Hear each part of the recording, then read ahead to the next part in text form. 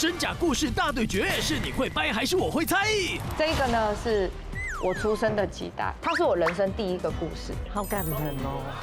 我刚刚讲几个16个，保特瓶。我觉得可演不会讲，一台摩托车，它开始就是对空鸣响，就叭叭。一审哥是真的，对我觉得是。如果马哥是真的，那我觉得刚刚的戏太假。抓夹火力全开，娜娜口连鬼也敢惹。我就想要说深，就想要到下面深一点，可以让耳可以比较深。可是我很对我很明显的感受到有人拉我的脚。我第一个怀疑他是因为他分享的故事好像每个人都会经历到。对啊，这真的又要得罪水鬼了，水鬼真对不起。水鬼。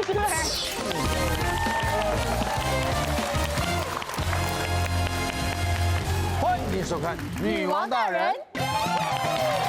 欢迎你们好。今天我们邀请到的3位演艺圈最会演表情管理最顶尖的瞎掰高手，他们要来呢，号称是拥有火眼金睛的女王团的团员，都要来一场的真假大对决。哦，火眼金睛真假大对决，光听就很精彩了。对，来宾到底有多会掰，女王团有多会猜，我们一决胜负。欢迎今天来宾，介绍我们今天的3位瞎掰高手。哇，马里奥、叶欣湄，还有医生。人熟一点。好了，女王团呢？女王团欢迎娜娜口、飞信跟阿 Q。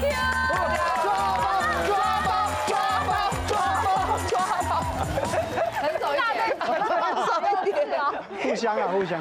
这3个人呢，这可以说是应该一个3寸不烂之舌，他们不止，真的，起码有6寸。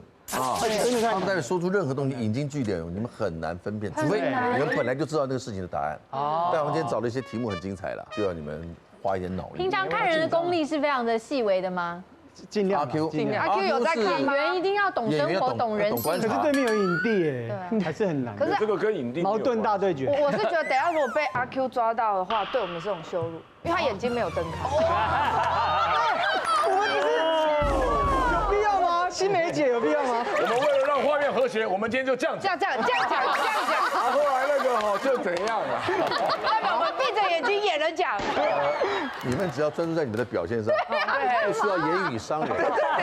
对不起，我错，现在这样受伤啊，这个敏感。飞讯会看人吧？但是常常看错人，所以今天，但我要有自信。对，有啦。娜娜口很细腻的一个人哦。我觉得是我算是辩论界里面的高大成啊。哇！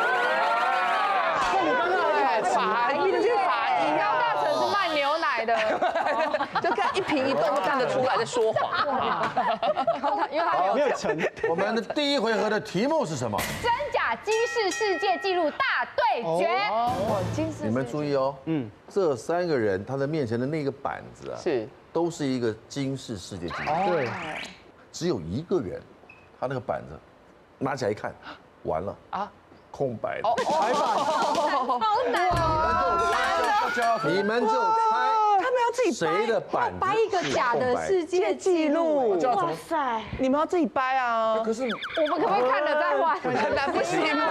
看了再了，我是这样玩啊？对，这样玩。是这样玩啊！来，你们3个找位置再来。找位置吗？所以考验你们，也考验你们。对啊。来，请选位置。要不要？马哥先选好了。没有，我没差，你们先选。我都没差，我没差。你时间比较少了。你什么意思啊？什么意思？时间比较少。攻击对你们要团结啊！你们要联手弄他。现在给你们1分钟消化吸收，待会儿你整理好这个故事，好不好？来，请翻版。表情好难哦！欣湄姐太会演了，我觉得欣湄姐是影帝。从这里就要开始演喽。欣湄姐超强的。马哥怪怪的哦，马哥在演哦。怪。还假装讨论哦，假装讨论。你看马哥很空，马哥很空。马哥在讨论。太多了。最后20秒。医生来要装什么傻？我是背。你在背吗？好，1分钟的准备，倒数5秒。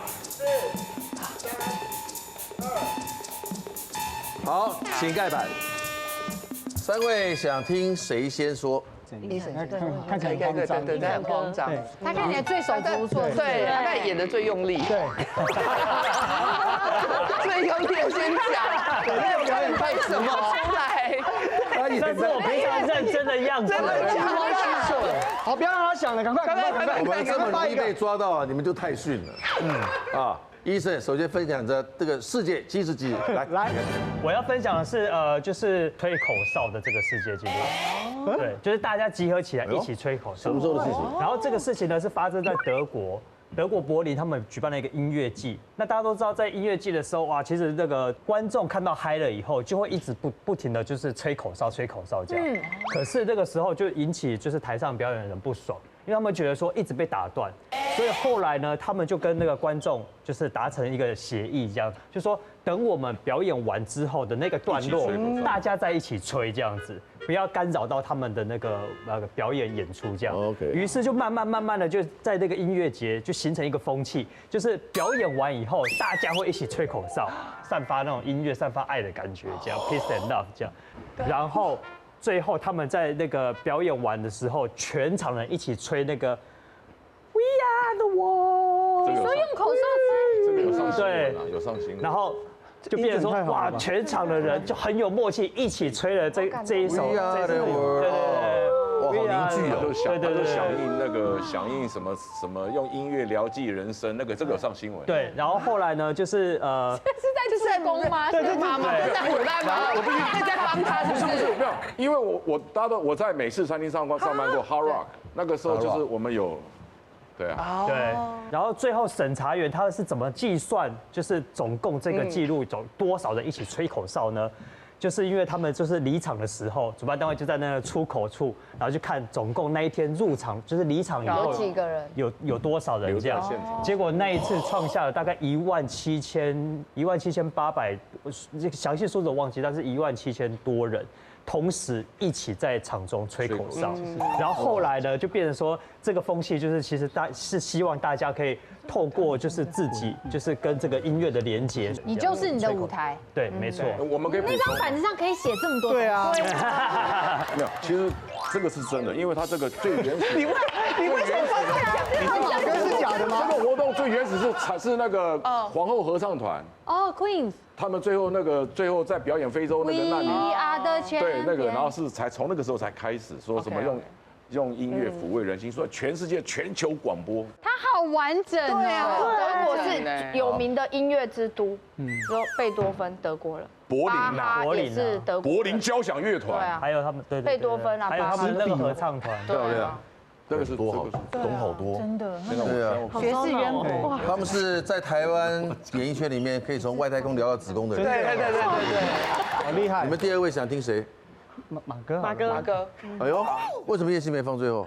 因为刚白板掀开的时候，两位偏假，欣梅比较像是。我觉得欣梅姐刚好露出疑惑，我要听她最后讲看看。我偏假。哦，对不起，我眼睛没睁开，我眼睛看不出来那次美食挑战赛真的是他的鸡排好吃吗？加油！我的甘蔗鸡输那个鸡排吗？太记仇了吧？讲伦理啊！你记忆力倒是蛮好的吧？气死了，我那个甘蔗鸡真好吃。好了，我们等下就直接讲一个甘蔗鸡的吉尼斯世界纪录。没有，现在换你了，你是第二位。那个大家都知道这个大家都知道这个狗的鼻子很灵敏，对。然后呢，这个有一个偏假，这个狗狗。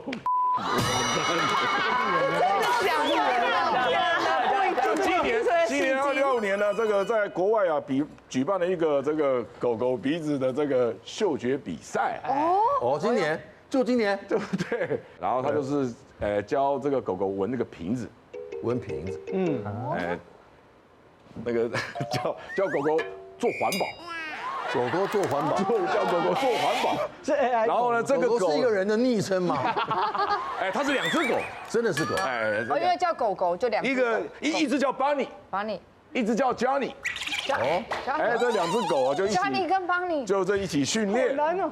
这些训练了1年多啊，教他们的分辨这个资源回收。对，分辨资源回收。啊，这个套妈超难的，分辨资源回收，然后训练经过经过一连串有效的这个训练之后呢，这个狗狗可以分辨出保特瓶啊，哎呦，它可以分辨出保特瓶，当然，然后这两个狗狗就开始就是叫他们把那个保特瓶摇起来，哦，丢到这个桶子里，去回收，就是限时1分钟，结果创下一个吉尼斯世界纪录，他们1分钟这两只狗合力的把16个保特瓶全部都咬到送到回收箱了。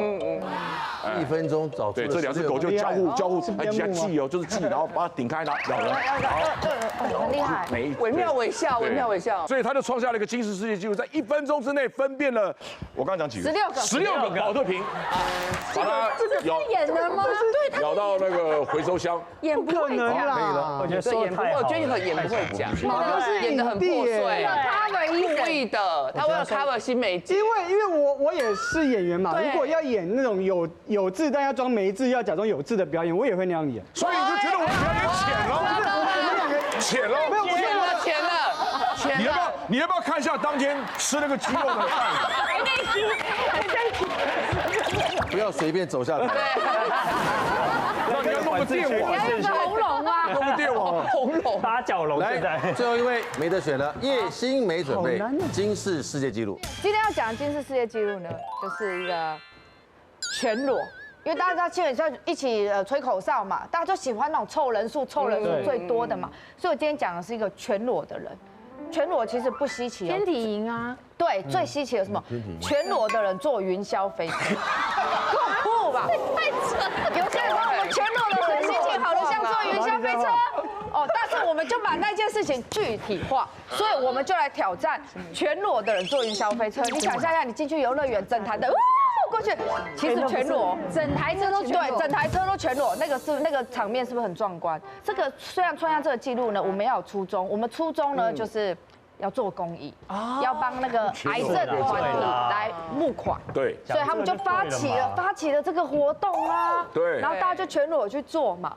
那一开始呢，大概2013年的时候，有一个公益团体就发起这个活动，就真的来了102位，他们愿意全裸就上去，然后好开心，而且他们还有手举高拍照那种，好多点，把手放在空中甩，什么对，没有放在空中甩的不只是手，什么东西都在空中，鸟也在天上，吊儿郎当的，那是鸟满天飞了。这个吉尼斯世界纪录就成立了，就是飞鸟粮，对，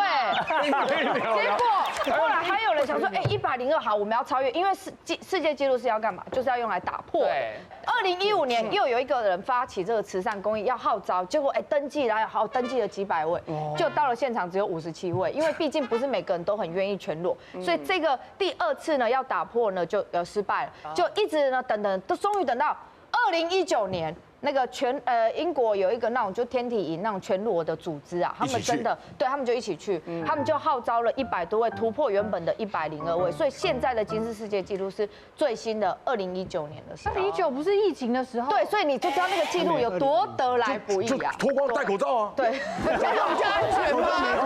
不知道是谁，刚好不知道是谁。对，而且你脱光你也怕那个叫会有飞沫，你知道嘴巴要闭人去。对，谢谢叶欣湄，来，你们现在准备了，都听完他们分享的介绍。这3个吉尼斯世界纪录蛮精彩的，因为我觉得刚刚医生哥先讲，他也是讲人数多，对，但欣湄讲他又讲人数多，所以他有抄袭之嫌。可是参考对，因为我觉得制作单位应该不会给出2个。可是那个顺序是我们排的。可是我觉得就是他有在偷抄医生哥。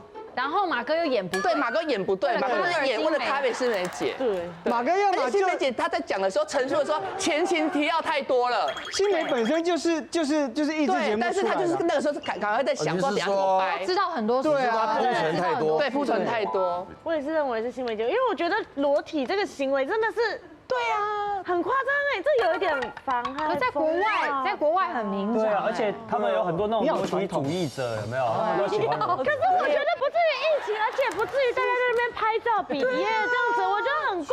裸体游行都有了。对，我自己觉得是医生啊，因为我觉得他刚刚那个内容不一样，他的讲的那个意见不同，太边讲边想，就是他讲的不像是。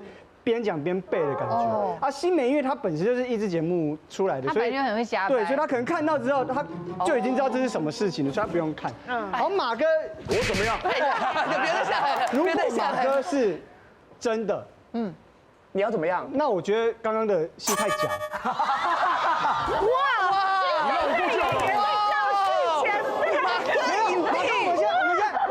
我很尊敬你，不用，不要尊敬了，人家是平等走到这个地步了啊！明明就是甘蔗鸡好吃，我要是说鸡排好吃，甘蔗鸡真的没关系，你先冷静，气死我了！评审的角度，不要再提到甘蔗鸡了。那但是因为2票是新美，内部现在有点意见相左，你们现在必须讨论出一个人。我听你谁的前面的这块板子翻开来是空白的？来，请讨论15秒。新美，那讨论好了，好了，决定好了，可以，讨论5秒就好了。对，少数服从，多数决。好，飞讯公布，我们的答案是新梅姐。新梅姐，请翻牌。空白。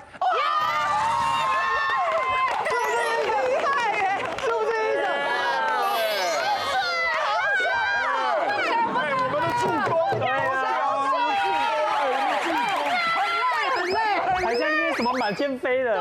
对。好，刚才呢阿 Q 怀疑他，对不对？对。第二个怀疑的是他。对。来，医生，请翻牌。白的。哇！阿 Q 厉害，我跟飞信是不是被淘汰了？我是被淘汰了。啊，狗狗1分钟回收最多保特瓶是在2025年。好强哦！这个真的是很强，一个是辛巴，辛巴不是 Johnny 啊，不是 Johnny 了。这是假的吗？是真的有2只狗。看得太快了。听口令还有辨识保特瓶的位置。而且陈哥一开始问我说，我想说，我糟糕，我连题目都不晓得是什么，赶快临时想说啊，一个全世界吹口哨最多。他昨天晚上3点多还打给海产，所以那个故事是假的，那个这件事情几乎是假的，根本没有吹过。所以那到底是真的？没有的，根本没有这个记录，应该没有这个记录，但是有很多人吹过。那马哥助攻的太像了吧？你会觉得画面很鲜活。对。然后每唱完一首歌以后，然后一起吹口哨的感觉，对，很棒，真的很强。然后一起来吹 We Are the World。那个也是我拍的，我还想说哪一首歌比较可以通用全世界。你刚看出来的什么？他一个什么特色？你怎么看出来？但他有一个点是，他说那个我记得好像是19还18年，可是我觉得那个我记得。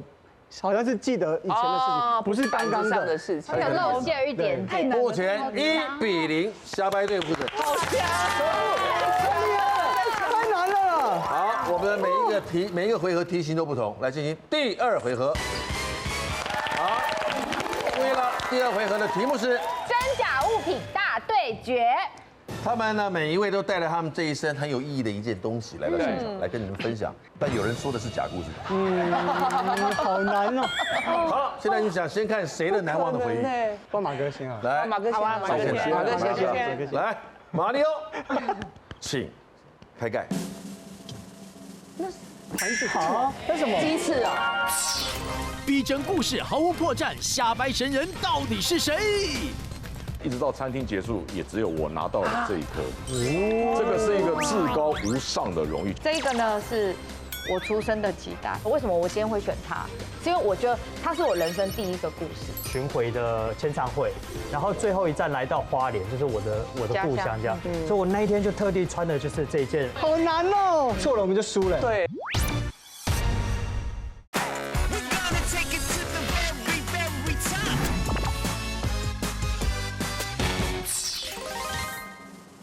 盘子好，那什么？鸡翅啊！一个别针，这个别针是在我在美式餐厅上班的时候，因为它是一个全球性的一个连锁的美式餐厅，那以主打音乐为主，然后有一对老夫妻，这个老夫妻每次来台湾玩或者是洽公，一对老夫妻的都是我来服务他们。他们对于我们的餐点有一些特别的要求，我会依照他们的需求来做客制。然后有一次呢，因为我们每一个服务生都在不同的区域嘛，有一次他们就做到了不是我服务的区域，所以造了一些 complaint。他就说我要找马里欧，然后就是我来跨区帮他服务。然后有一次我们早上都会开会嘛，然后总经理就说，我们台北店很难得的产生了第一位VP Gold Star， 就是 very， 他那个应该是叫 very professional， 还是非常专业 VP Gold Star 金星。然后我们大家都在那边发呆，这是谁？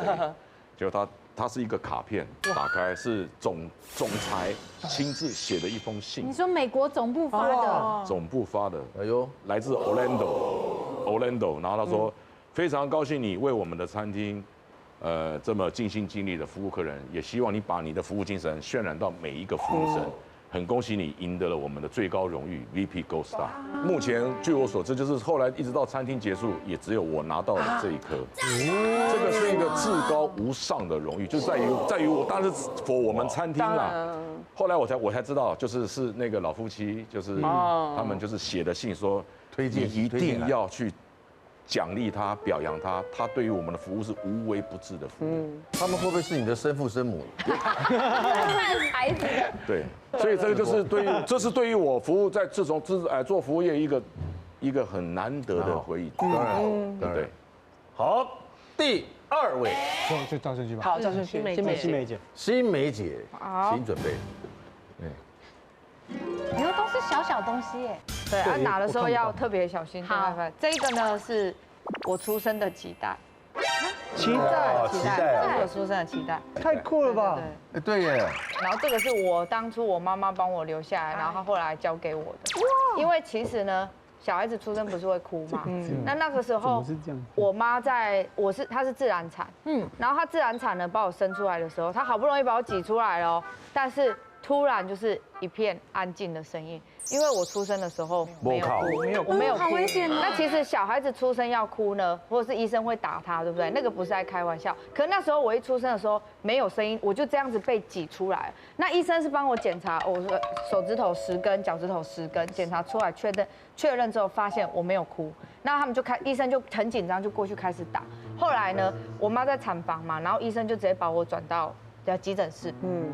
但其实后来我就好了，就是他们有帮我做急救，但其实我就的确是先天的心脏就是比较2尖瓣、3尖瓣脱垂这一些，就我心脏真的从小就比较不好。那这个脐带血是这个脐带是他当初帮我留的，是因为后来有人有跟他讲，因为他当初只是留下来，因为那个时候医生有跟他讲说，之后会有那种脐带血的发展嘛，那可能呢如果你的小孩子身体不好的话，他建议他先留下来，所以他就一直帮我留，但其实后来发现是没用的。对啊，对，是没用的。然后它只是一个纪念，因为它其实剪断了就，因为你要留，医生的意思说你要留，应该是当初你要找专业的医院帮你保存。然后我妈不知道，我妈只说这老五号哦，然后就说啊，那我要留，她就一直留，就留给我。他妈妈看《侏罗纪公园》看多了啦。但我说真的，大家说这么多故事真真假假，可是我看到这，我就会觉得说，为什么我今天会选它？是因为我觉得它是我人生第一个故事。对，因为哪有人出生就这么多曲折离奇，是不是没考个 Q 转到急救室 Q 啪。而且他会经过检查，确定身子没问题，但脑子有问题。你真的很那个哎。最后一位，环境过敏。医生，请开箱。好，我带来的这一件衣服呢，没洗过。它没洗是有原因的。真的没洗，而且你都可以看得出来一些泛黄了。为什么我会就是留着这件衣服留这么久呢？因为他当时是陪我征战的，就是当时我跟我的团员什么团？Circus。然后那个时候我们为了要一圆那个乐团梦，就想要当那个发片歌手这样子。所以那个时候我们4个人是从完全不会乐器，然后就开始在短时间之内，然后就拼命的练吉他、练鼓什么练团这样子。然后那个时候其实有很多现在是看起来是皮的这个地方，其实它原本就是灰色的这个这另外缝上去的。对，灰色材质。然后为什么后来会缝上这个皮呢？其实就是对我来说是很有意义的一段，因为其实我家人一开始的时候是不支持我，就是要继续在当艺人，因为他们会觉得说啊有一餐没一餐，而且他们听到很多那种就是怀抱着梦想，可是在台北最后却负债的，就是可能负债的回家乡这样子。那我那个时候呢，其实我是穿着这件衣服回到家里面，然后我衣服就这些边边角角都有一些破洞这样，然后那个时候我准备要回台北了，就是继续那个忙那个工作的时候，我就发现我妈她自己，因为她会做那个就是裁缝这样子，她自己帮我把一些破掉的地方，然后用就是这个皮啊，对，然后很难缝哎，去慢慢的一针一线这样，就是慈母手中线那种。所以这件衣服就对我来说就是有就是等于说在那一个瞬间，我知道我妈的那个心态改变了，她从原本的不支持到后来支持，然后对还帮我做了这些就是这些善后工作，还帮你修复你的战袍。对对对，然后那个时候我觉得很光荣的一刻是。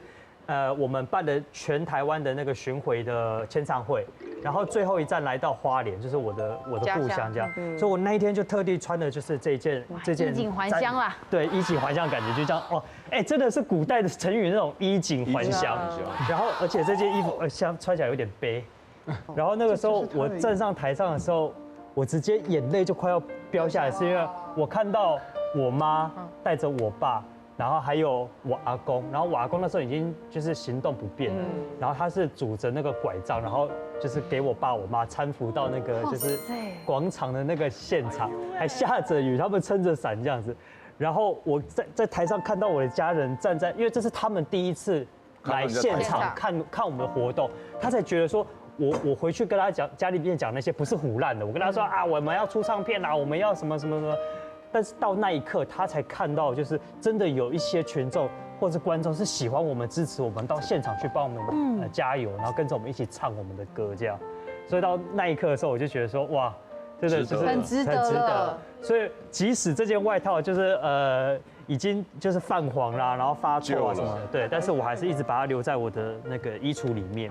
现在都还有那个很臭的。那为什么不洗啊？因为很懒呐。没有，他很怕这个皮的，怕洗了，对啊，这皮万一洗了脱皮，可以干洗不是吗？不行吗？可是这种如果不是真皮外干洗更可怕。可是医生他就是以衣服不洗为主，他都只放冰箱哎，也是一堆灰尘啊。好，都讲完了，都好真实哦。超恐怖旅游经历，伊森差点丢小命。我跟我的朋友，我们就去参观了一个神庙，这样旁边那个巷子里面就窜出了一台摩托车，然后他开始就是对空鸣响，就棒棒这样子。我是第一次才知道说什么叫做烟硝味。医生哥是真的，对我觉得是医生哥是真的。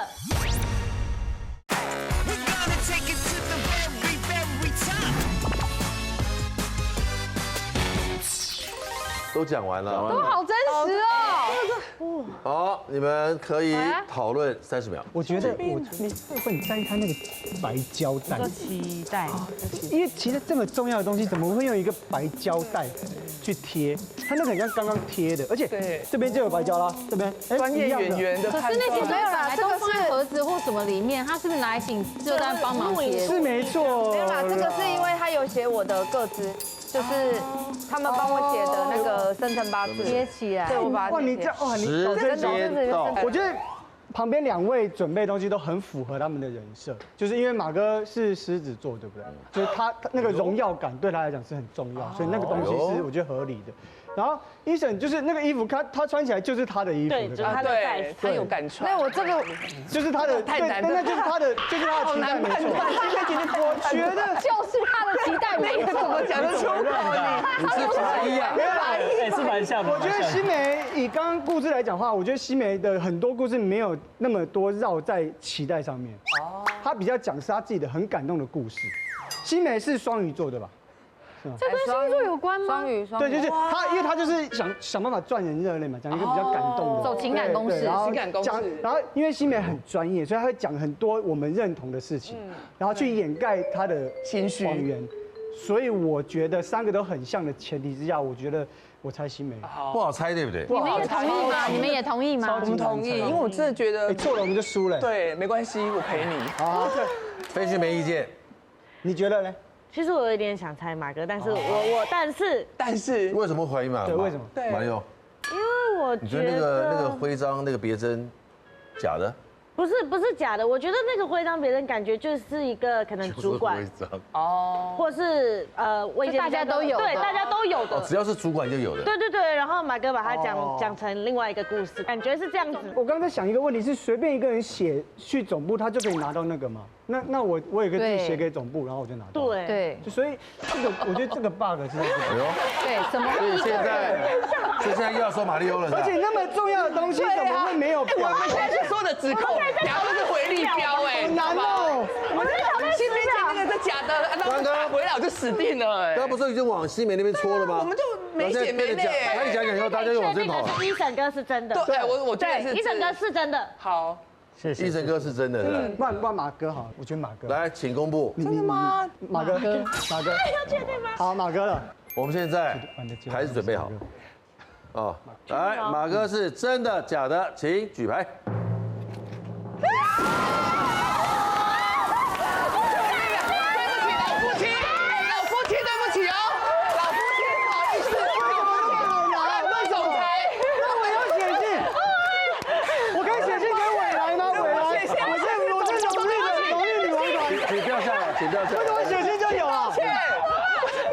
好，医生，请举牌啊！你们俩就一起举了。好，来，1、2、3。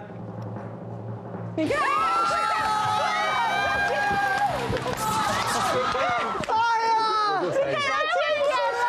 我跟你讲，你刚刚说的没有错，他真的绕的比较多，他走了很多情感因素，他觉得都包袱。我也猜他。哎，几代不好讲啊。对，不好，因为我出生我没有记忆啊，我只能从成长的。可是很厉害，这是大房小房，这是脐带啊，这是脐带是谁的？这个脐带是马哥，脐带是你的，马哥的脐带，我女儿的。哦。哎呦，还好有这个。脐带长这样。谢谢马哥借我，然后他被误会他是假故事。哎呀，好难哦。刚才你知道他刚才他演的多陌生吗？对啊，他演呢。对啊，你还穿眼镜呢。回放，哇，这个表演不可能了吧？告费要多一点呢，太高了。影帝耶！恭喜瞎掰队再下一层，恭喜！来，准备进行第3回合。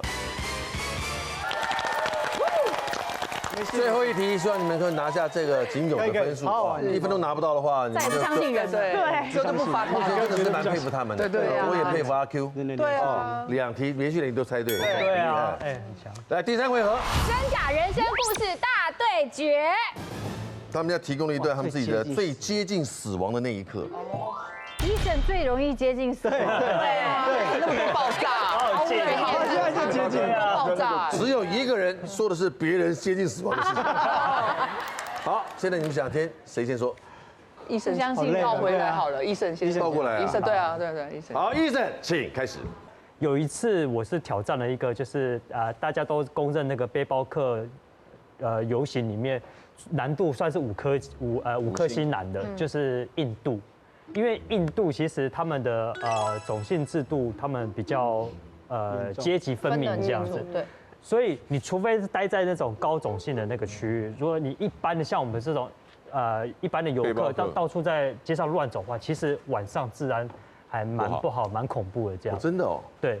然后有一天的行程是我跟我的朋友，我们就去参观了一个神庙这样子，它的中间有一个那个广场。那因为当时已经开始在下雨了。我跟我朋友2个人就撑着伞这样子，然后撑着伞的时候，我们都还没有走到那个主庙的那个门前，就听到有人在放烟火的声音，这样棒棒棒棒这样。然后我心想说，哎，现在的时间还是下午啊，天都还那么亮，你现在放这些烟火花，谁看得到？谁看得到？对啊，莫名其妙。然后那个时候从那个就是旁边那个巷子里面就窜出了一台摩托车。结果我又看到后面的那一个人，他是这样子搭着前面的那个人的肩，然后我看他手上握着一把长长黑黑的东西，枪。那我心想说，不会吧？结果我定睛一看，还真的是枪。然后他开始就是那种乱扫射，无差别扫射吗？没有到乱扫射，可是他开始会对空鸣响，就棒棒，是棒棒这样子。然后我跟我的朋友2个人还傻傻的站在那个路边，然后不晓得该怎么办这样。叶欣湄随神附身，卷入冲突，差点挂掉。她本来想要带我一起去吃饭，跟她男朋友，但是他们两个好像下午有吵架还是怎么样。她说我们现在去找他，然后那一个男的他就车门打开把我拖下车，然后把我拖下车，他是这样，你不回去是不是？你不回去我就敲死他。然后我心想说关你事，关我屁事，关我屁事，赌的是你的命哎。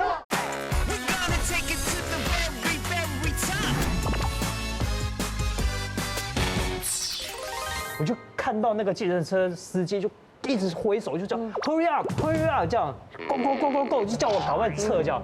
我跟我朋友就是真的是伞一丢，然后头也不回，我们就上了那个他们的那个排班车这样。可是他把我们载走，他是把我们直接载去警察局。我心想说糟糕了，比较安全啊。对，我比较安全。可是我当时是一脸懵，就是我完完全全还无法消化刚刚大概10秒之前发生的那个事情。然后到警察局以后。那个司机是直接跟警察局报案说，那个广场有就是对有人在开枪，然后警察就说这已经是他们这个礼拜接到的第2起还是第3起的报案了。因为那个广场里面有一些可能僧侣或者是什么的，他们可能是比较属于高种姓的那个人员这样，所以他们就在那广场里面起冲突这样。他那个枪声是。你除了听到那个棒很像是放烟火声之外，是它那个火药味是很浓的。我是第一次才知道说什么叫做烟硝味，那真的是那个味道是哇塞，就是你很难想象，就是在现实生活当中，你会距离枪击这么的接近。哇，很有画面呢，真实，很好。下一位想听谁的人生故事？欣湄，好，顺过来，叶欣湄准备。就我彰化有一个从小一起长大的姐姐，她大我几岁，她生日，然后她就找我，反正我就想说我要去帮她庆生，所以我就下去彰化找她。然后呢，那时候呢，我就去她家，结果她就跟我说，她本来想要带我一起去吃饭，跟她男朋友，但是他们两个好像下午有吵架还是怎么样，所以她就不能去，她就不去吃饭了，就在家里，然后心情很不好，然后她就叫我陪她喝酒。然后我就想说，哦好，因为那个时候我还有在出去跟人家走跳的时候，啤酒我还可以1-2杯哦。对。结果他就拿一支那个麦卡伦哦，然后就这样放着。我就看了一下别人，我说丽丹还有朋友要来吗？他说没有，就我们2个。然后他就拿那2个下杯，就是我们2个今天就是把它处理。然后重点是我陪你喝酒，因为今天你生日。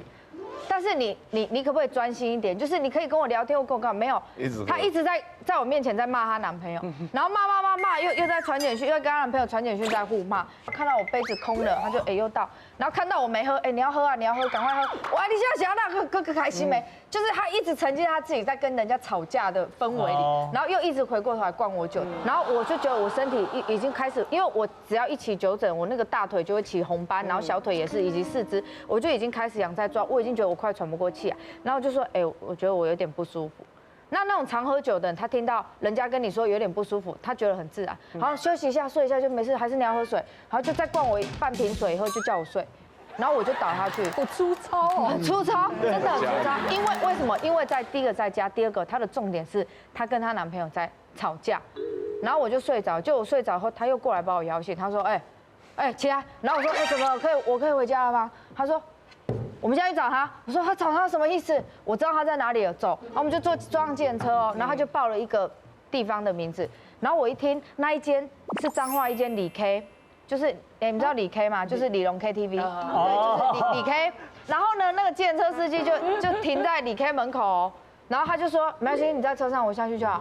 然后我看到他在大厅直接叫嚣，你知道吗？然后叫嚣之后，他就进去了。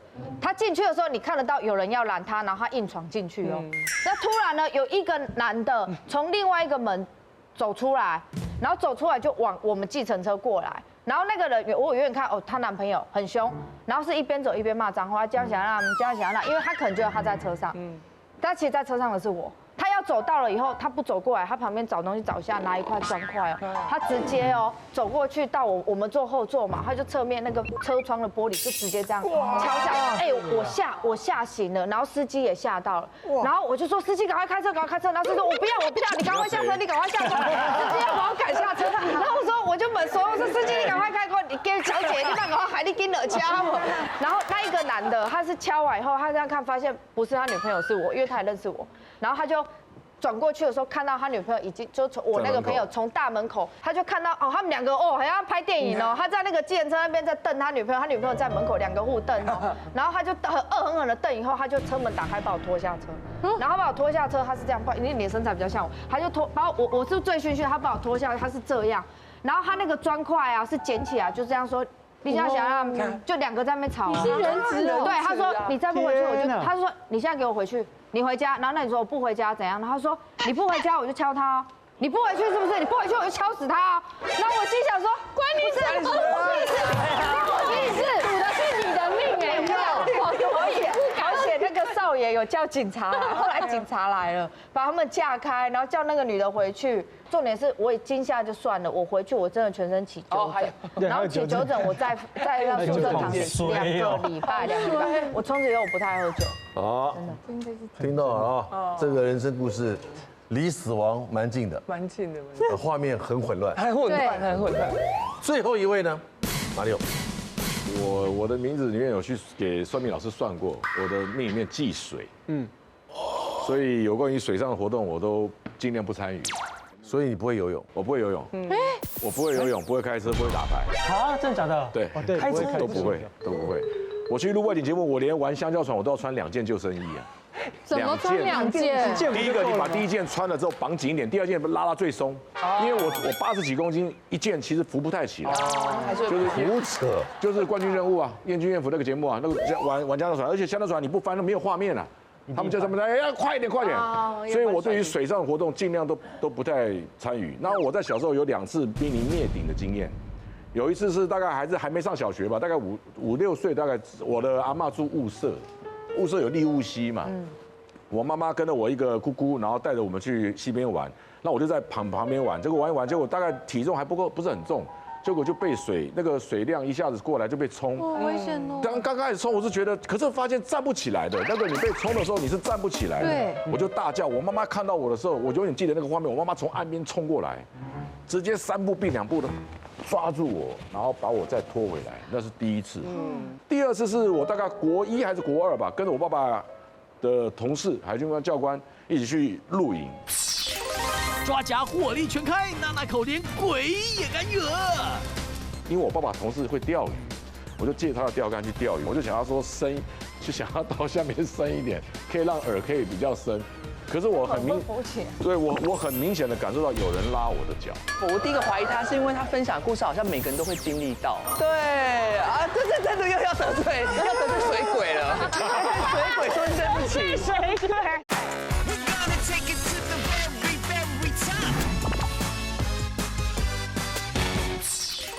一起去露营去玩，然后有个潭，因为我爸爸同事会钓鱼，我就借他的钓竿去钓鱼。我就想说，哎，这个线是不是不够长？我就想要说深，就想要到下面深一点，可以让饵可以比较深。可是我很对我很明显的感受到有人拉我的脚，很明显。结果一下子就哐就下去了，然后我不会游泳，眼前一片绿。然后后来我爸爸的同事刚好也是在旁边，他是在他们游泳，他就跳下来救我。他到我下面，用手把我屁股顶起来。你才真应该要学游泳。对啊，我就是不按水性，因为有算命老师说，啊，你这个水上的活动尽量少做。好了，现在3位，我们增加一个机制，因为他比较不，你们可以1个人问1个人，好不好？然后谁先来？马哥。因为马哥为什么我第一个怀疑他，是因为他分享的故事好像每个人都会经历到，就没有像那个新梅姐跟医生哥那么精彩，没有独特那么独特。对他就是对啊，这真的又要得罪水鬼了，水鬼说对不起，水鬼，我一直真的接不到气，很像大家很容易碰到水鬼一样。那马哥，我想问一下，你当时参加那个坐香蕉船，那一个是为了节目吗？为了工作？节目啊，就节目。那你可以说是大概发生在几年前的事吗？超久，超过有没有超过10年？超过10年了，因为他那个在《风神无双》之前就已经那时候卫视还在的时候。哦，哇，他回答不出来，好，换你们 ，OK。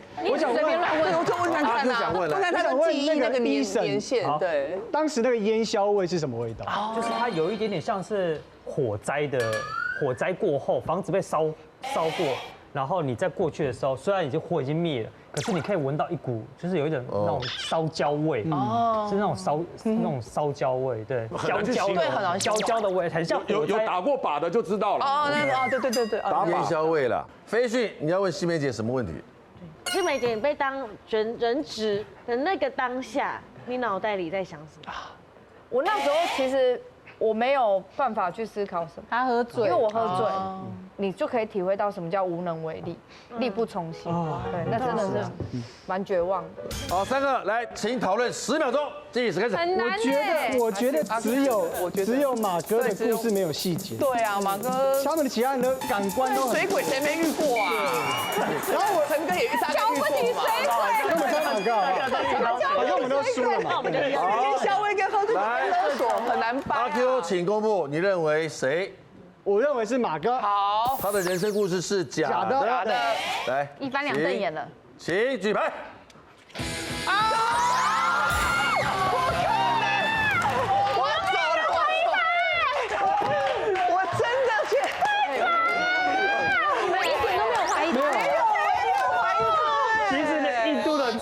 虽然晚上人口很多，然后但是他们的治安其实我觉得还不错。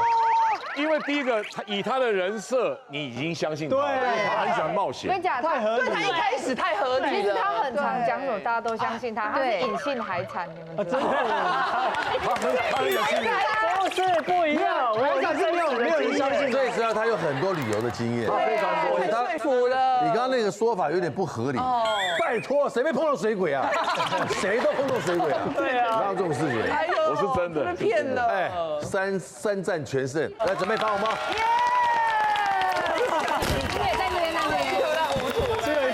来，赵月，笑。好，第2位，恭喜西笑。好，第3位，医生，笑。好，请回座。贪财，好羡慕啊！你们今天表现得很好，谢谢，表现得很好。合作无间，适当的瞎掰幽默，可以巧妙的化解尴尬，炒热气氛，逗笑大家。的确是，但切记幽默的艺术在于分寸。喜剧泰斗卓别林他就曾经说过，一个好笑的笑话背后一定隐藏的是无数的思考。祝福大家都可以当个说话有趣、进退有据的社交高手。女王大人，下次见 ，See you， 拜拜。